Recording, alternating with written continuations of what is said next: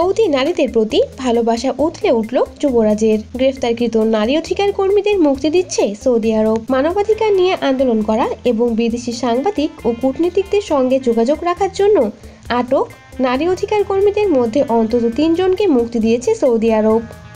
সংশ্লিষ্ট কয়েকটি সূত্রের বরাতে বার্তা সংস্থা রয়টার্স জানিয়েছে, বাকি কয়েকজনের রবিবার নাগাদ মুক্তি দিতে পারে।